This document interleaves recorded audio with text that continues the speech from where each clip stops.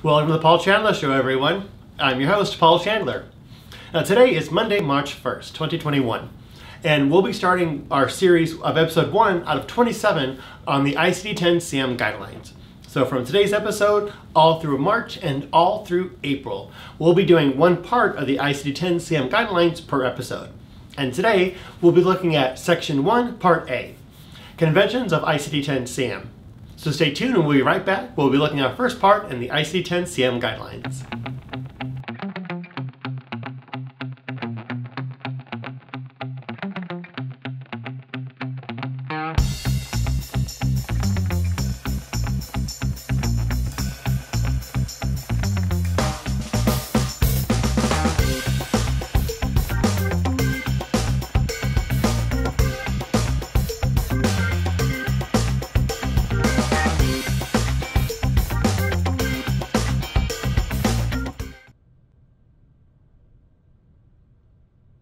Welcome back, everyone. And today we're beginning our first of our 27-part series explaining the ICD-10-CM Guidelines. And today we're going to be looking at Section 1, Conventions, General Coding Guidelines, and Chapter-Specific Guidelines, but we'll be focusing on Part A, Conventions for the ICD-10-CM. Now, this part and the next episode, we'll be looking at Part B, does have a lot of subparts to it, so just hang on tight and we'll go through this together. So in the conventions for the ICD-10-CM, the first one that we have is the alphabetical index and tabular list. And this just explains the format of the diagnosis book, the ICD-10-CM book. Because inside the front, first we have the alphabetical index, which I tend to call the ABC index. And in the back, we have the tabular list, which I still tend to call the 1, 2, 3 index. So when we're diagnosing coding, we start in the front of the book first, the alphabetical index, by looking up the most generic word first in the condition, and then as we drop down, we get more specific. So we have the alphabetical index first, and then as we're dropping down, get to the highest specificity possible. Then the code that we have, based on whatever line that we're on, we never, ever, ever, ever code from the front of the book. We always go to the back of the book to verify the code. That's the tabular list. But also in the front of the book, though, the alphabetical index, we have the table of neoplasms, and most publishers put that at the end of the alphabet, so they'll go ABC through XYZ. Then after that, the neoplasm table will be after the Z's. But some publishers may still put it in the letter N, where it used to be under the good old days of ICD-9. So most likely, though, it's going to be in the back after XYZ, but just in case if you don't see it there, you do have it. Just look in the N for neoplasms. And then after the ABC, XYZ, then we have, again, the table of neoplasms. Then we'll also have the table of drugs and chemicals, and then a separate index for the index of external causes of injury. And I simply just call those the storytelling codes. That section tells us, was the patient injured while driving a motor vehicle? Or were they a passenger in a motor vehicle? Were they an innocent bystander by the motor vehicle? Any kind of insurance changing to, say, auto insurance, work comp, or homeowners or renters insurance, for example. Now, part 2 deals with the format and structure. Because in ICD-10-CM, minimally we'll have 3 characters in the code. And notice I'm saying the word characters, not numbers, because in the diagnosis book, every character is always beginning with a letter of the alphabet. So, for example, when we get to the O's, it's an O, not a 0, as the first character. But sometimes we have a 3-character code that is a valid code. Other times, though, we have to go from 3 to 4 to 5 to 6 to 7 characters. And that's just because the more characters we add, then the higher specificity we're having for that particular condition that the patient is unfortunately experiencing. So we'll always have a minimally of 3, but it can go all the way up to 7 possible characters for the code. Now, number 3 deals with use of codes for reporting purposes. And this is just a short little, as we can see here, a little guideline, so I'm going to go ahead and read it. For reporting purposes only, codes are permissible, not categories or subcategories, and any applicable 7th character is required. Translation, that when we're doing the code, always go to the highest specificity to the amount possible based on the code itself. Now then, the other types of guidelines that we have dealing with number 4, the placeholder character.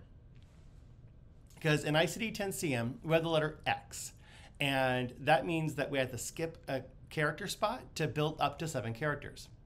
Now, some publishers will have it a little circle, some will have it like a rectangle type symbol.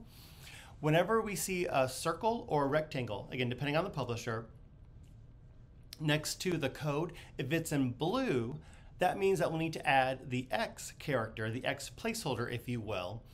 And think of that as just hitting space on a spacebar on your computer to skip for. So let's say, for example, we have a code that's up to 5 characters, and we see the 5 characters, but in front of it, so to the left side, we see a little blue symbol, again, circle or rectangle, depending on the publisher, and it says 7th TH. That means that we need to skip from 5 to 7 characters.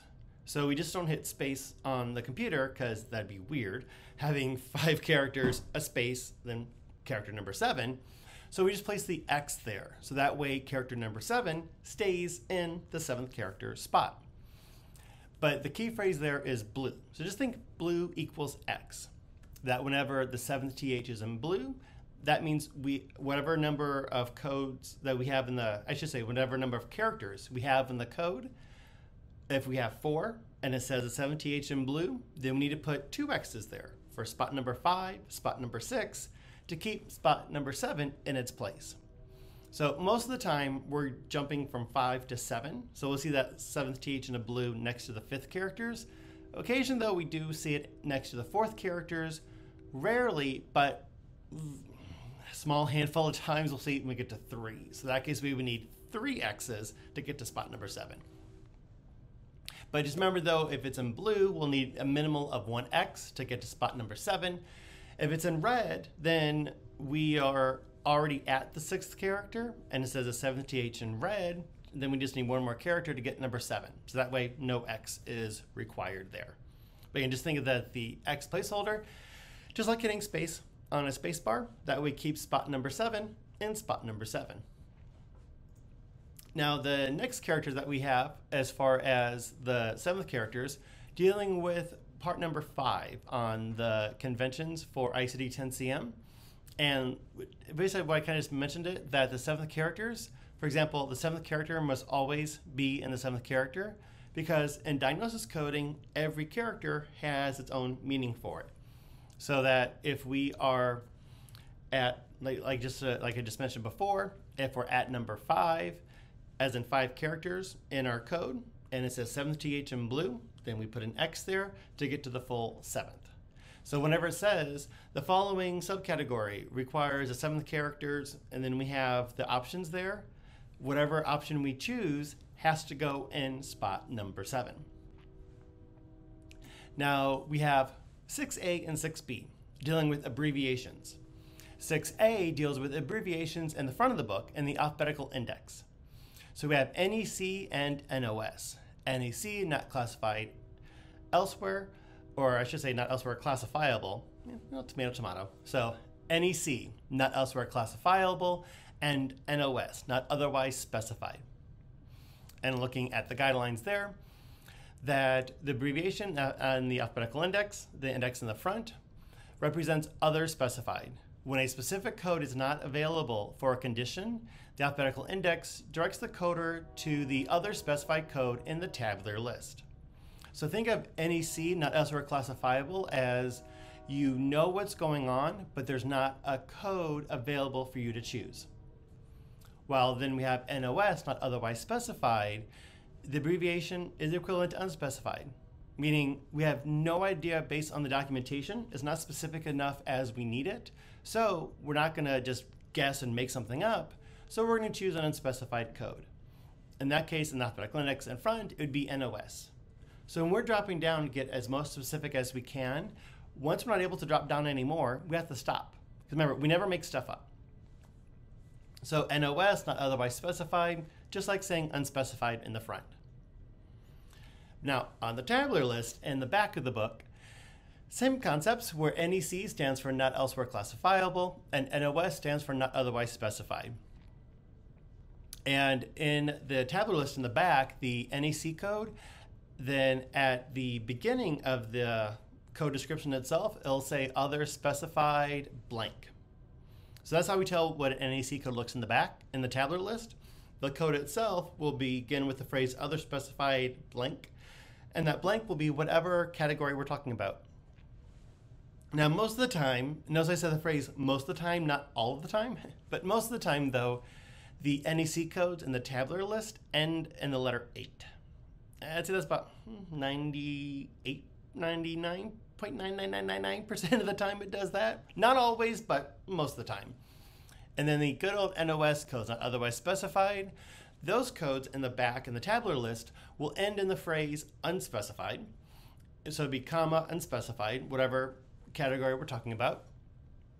And usually those codes will end in the number 9. Again, not always, but 99.99999 to the infinity square power times 2. It'll always begin, always end with the number 9 there. But we'll always know, though, that it is an unspecified code because it will end in the phrase, comma, unspecified. Now, punctuation. Brackets, parentheses, and colons. Brackets are used in the tabular list, so that'd be in the back of the book. And they include, for example, synonyms or alternate wording to explain it. And for example, and I just happen to have one right here, that if you know anything about me, I love a nice refreshing can of Mountain Dew Kickstart. And I'm a pineapple orange mango kind of guy. Secondary, I like black cherry, but my main go-to is a pineapple orange mango.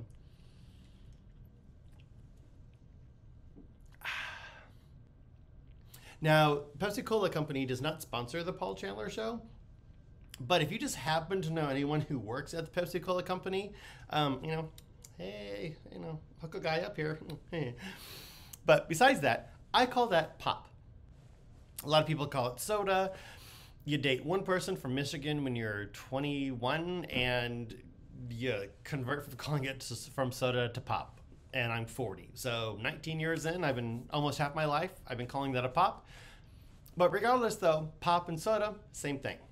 Nice refreshing can of Mountain Dew Kickstart or whatever your carbonated beverage of choice is. That's simply just like a bracket is.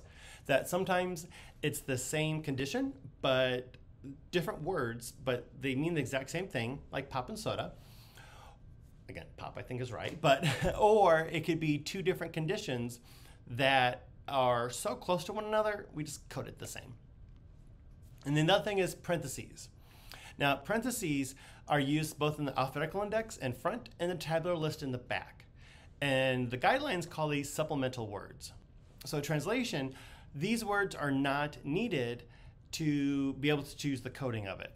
Because every provider has different quality of documentation, and depending on what the doctor uses to describe that condition, they may use that exact word or not. But just kind of keeping it simple there, words in parentheses are not needed to be able to choose that code when, no matter if it's in the front of the book in the alphabetical index or the tabular list in the back, we're getting as most specific as possible. As I simply say, if we have them in the documentation, awesome. If we don't, that's okay. It does not change the code set there. And then we have colons. Colons in the tabular list, so again, that's the back of the book. And it's listed after an incomplete term, which needs one or more of the modifiers following the colon to make it assignable to a given category. So nice, easy way of thinking about that is when you see a colon in the back of the book in the tabular list, you're not done yet. You have to do a little bit more work to be able to choose the correct code possible. Now, point number 8, and I roll my eyes at this when I see this because it says, see section 1A14, use of the term and. So okay, but I don't, whatever, or hashtag whatever, that number 8 says go to 14. So section 1A8, this part that we're looking at right now together on the screen says, see section 1A14. Okay, so just take this part out, but that's still here. So apparently we're going to look at this in a little bit when we get to section 1A14, because we're only in 1A8. So, okay. Now we have 1A9A and then also 1A9B. So 1A9A here, other unspecified codes, the section 1A9A deals with the other codes. And it says here that codes titled other or other specified are for use when the information in the medical record provides detail for which a specific code does not exist. Essentially telling you to use the NEC codes, which we just referenced and we just talked about, but they mention it here again. So just fair warning, and I may say this again when we get to that section 1A14 about the word and. Notice I did air quote that one, a little teaser for you. I did not write the ICD-10-CM book or any type of ICD-10 book, nor did I write the guidelines. So when things like this don't make sense to you, I'm just the messenger, I didn't write the book. But it's just reiterating here for section 1A9A for the other codes that it's an NEC code, which we just talked about a few moments ago. And whoa, we're back to unspecified codes. Section 1A9B, other unspecified codes, here dealing with unspecified codes.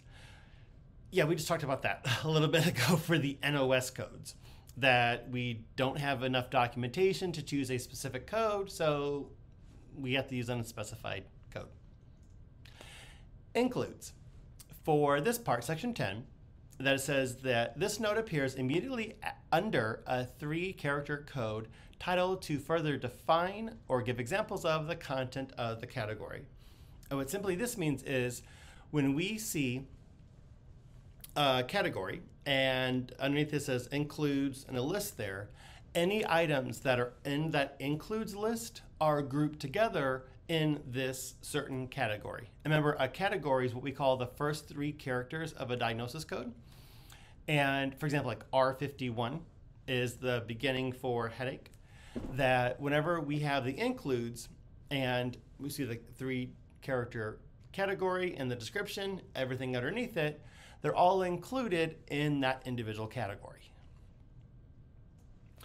Number 11 here, so section 1A11 for inclusion notes. List of terms is included under some codes. These terms are the conditions for which that code is to be used. The terms may be synonyms of the code title, or in the case of other specified codes, the terms are a list of the various conditions assigned to that code.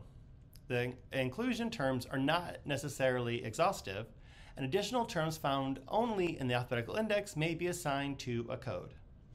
Translation, that kind of referencing what we just talked about on the last part here for number 10, that when we have the inclusion notes, those are guidelines that are included in the includes part that we have to follow to make sure that we are coding the same code correctly. No matter, it could have a different name for it, but it's all included. This condition and that condition are included in this one individual category. So now we have, after that we have the includes. Now we got the excludes. And this is one that, yeah. I like to talk about this one. So when ICD-10-CM went live way back when, on October 1st, 2015, initially this rule, this excludes one rule, was designed to say you can never code these 2 codes together. Never, ever, ever. And let's see if, I don't remember what episode it was, but let's see if you remember the TV show Friends, that symbol. And if that offends anyone, I do apologize. But, you know, that kind of like you're never supposed to code these 2 codes together, you know, split them apart. But then they realized, though, that may not always work. Now, in the excludes one notes, they do have this big paragraph that talks about an exception to the excludes one.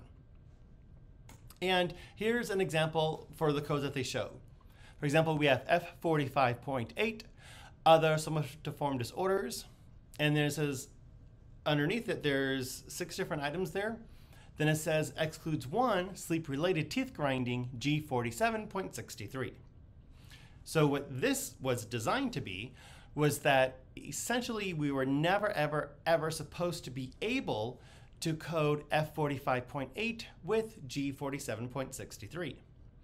But just like how, example, if a new car make and model comes out, they say never buy the first year, let it kind of get the quirks out of the system, and then by the second year, they realized, they as in the powers that be who write the ICD-10-CM book, they realized that, yeah, that little rule there that you can't do that code and that code together, like ever, they're supposed to kind of bounce off, that doesn't work. Because, for example, F45.8, there's 6 items listed there.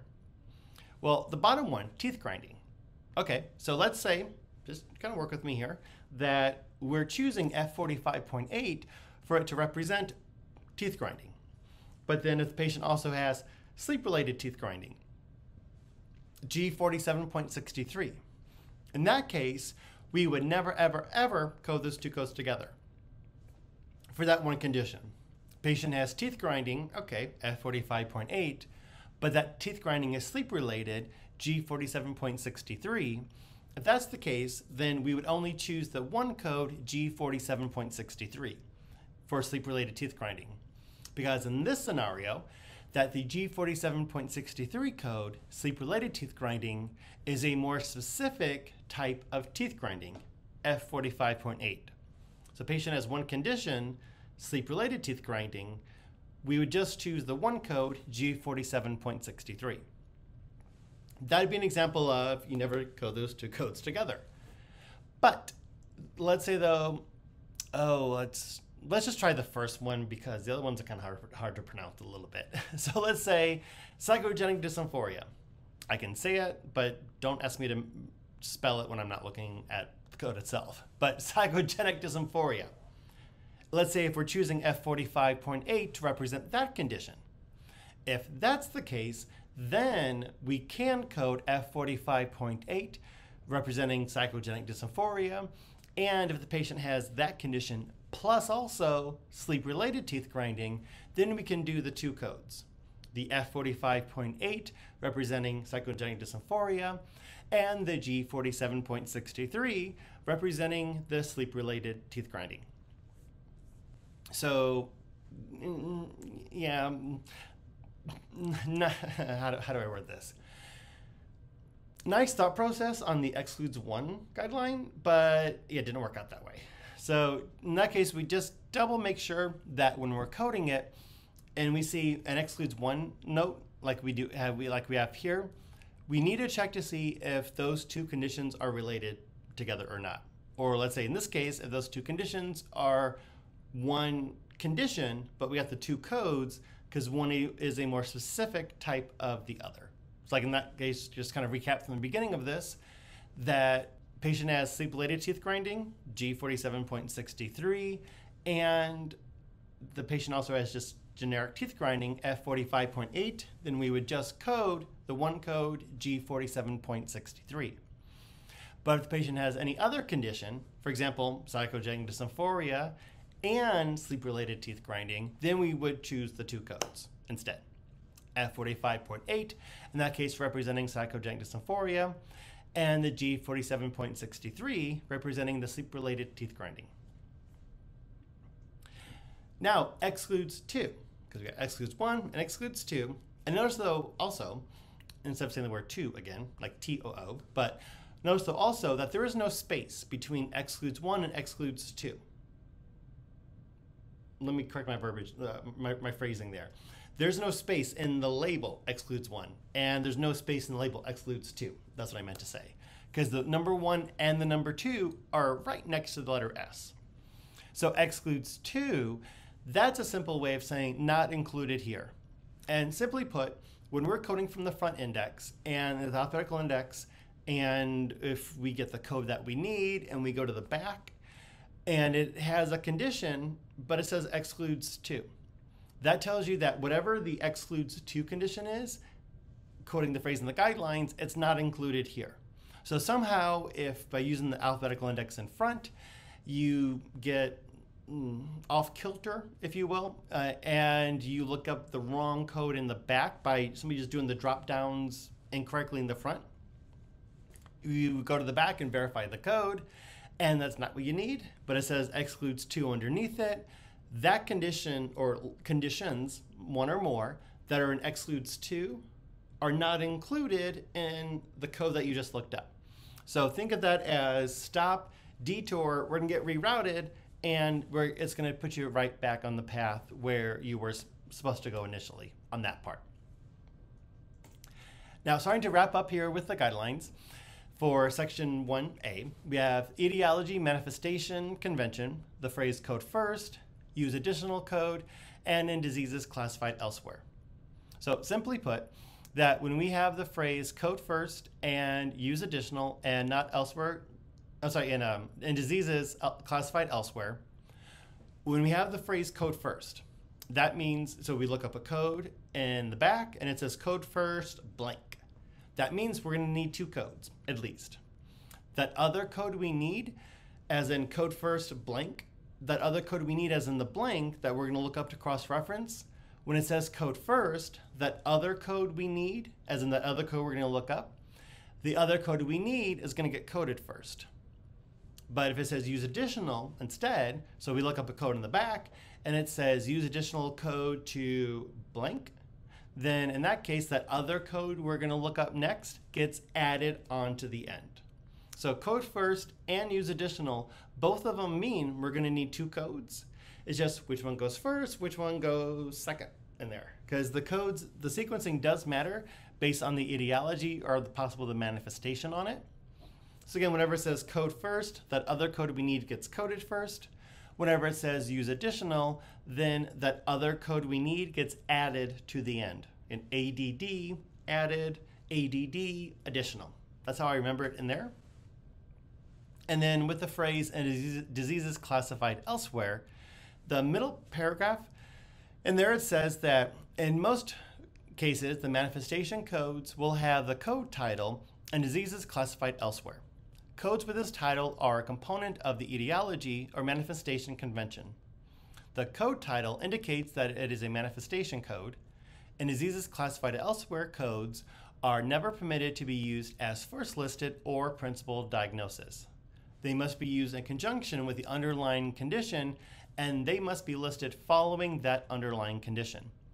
So for example, just like I said earlier, that when we have multiple codes, the sequence does matter in diagnosis coding. Now then, the example that we have is if you look up the etiology manifestation convention is dementia in Parkinson's disease. In the alphabetical index, and that's the part in the front, code G20 is listed first, followed by code F02.80 or F02.81 in brackets. So in that case, the code G20, that represents Parkinson's disease, the underlying etiology, and must be sequenced first, followed by the F02.80 or the F02.81, depending on which type of dementia that the patient has in there. So maybe just follow the symbols and with the phrase use additional and code first also. Here we go with the, I would roll my eyes some more, but I already need glasses and I don't want to get stronger prescriptions. Here we are at section 1A14, simply saying that in ICD-10-CM, the word and actually means and or. Yeah, think about that for a moment. The word and in ICD-10-CM actually means and/or. And what really gets me with this is, out of all the times that, all the codes I should say, that have the word and in it, not every code has the word and, but all the codes that have the word and in it, it really does not take a whole lot of more ink to put a slash or after the word and it may add a couple pages to the book, but that will save me and everyone else who's trying to learn ICD-10 so much time trying to remember that and actually means and or. I'm not going to go on and on about it, but whenever you see the word and, just think and/or. And there we go, the word and. Also, in ICD-10-CM, the word with means it's included. So the word with or in should be interpreted to mean associated with or due to. So let's say if the patient has a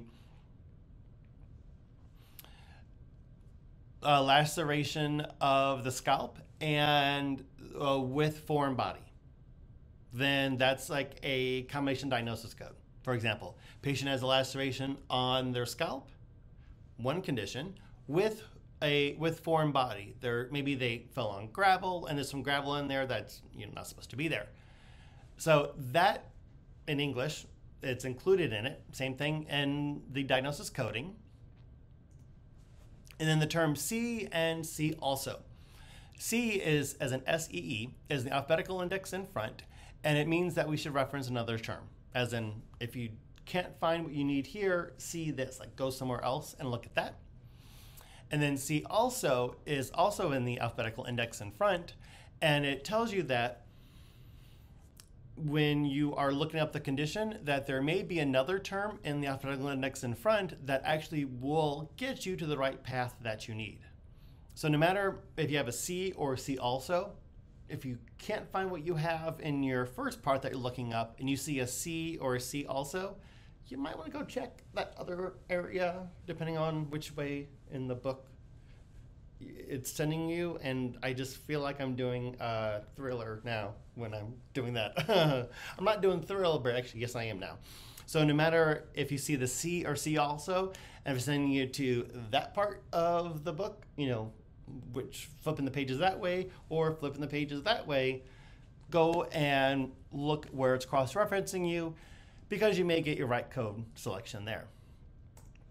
Code also, just a simple note here, that code also note instructs that 2 codes may be required to fully describe a condition, but this note does not provide sequencing direction. The sequencing depends on the circumstances of the encounter. So, like I said, we had code first and use additional. Code first, the other code we need gets coded first. Use additional, that other code we need gets added on to the end. But when it just says code also, we're going to need 2 codes, but depending on what's the chief complaint, what is the main reason why the patient's there that day. And 2 more parts, then that's it for section 1A. Default codes.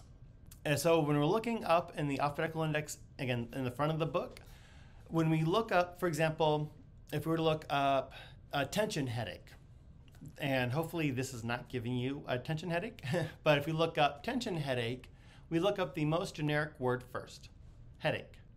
And then the code next to that, that's the default code.